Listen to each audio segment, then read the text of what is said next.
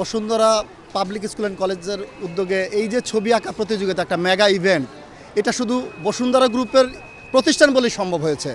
আজকে এই যে শিশুরা এখানে হাজার হাজার শিশুদের শুধু না, তাদের বাবা মা এবং অভিভাবক অনেকেই আসছে আজকে এটা উৎসবে অংশ নিতে।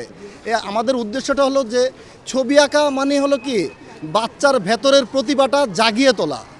আর এখানে ৭১ এবং ২৪কে এখানে আমাদের গুরুত্ব দেওয়া হয়েছে।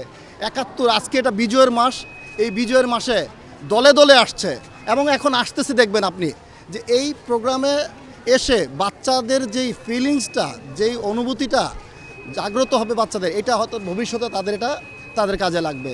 আমরা এই প্রোগ্রাম করতেছি শিশুদের জন্য, কারণ প্রতিটা স্কুলে বিভিন্ন জায়গায় আস্তে আস্তে কিন্তু এই ছবি আঁকা প্রতিযোগিতা বলতে গেলে একবারে হারিয়ে যাচ্ছে, গান সংস্কৃতির এইগুলো। তো আমাদের উদ্দেশ্য হলো যে এইটাকে একটা পুনর্জাগরণের সৃষ্টি করা। বাংলাদেশে এটা এমন একটা প্রোগ্রাম যেটা বাংলাদেশে এটা প্রথম, এবং এত বড় প্রোগ্রাম এই বসুন্ধরা পাবলিক স্কুল অ্যান্ড কলেজই উদ্যোগ নিয়েছে। এইটার সাথে আমি একজন ক্ষুদ্র কর্মী হিসাবে এটার সাথে থেকে আমার ভালো লাগতেছে।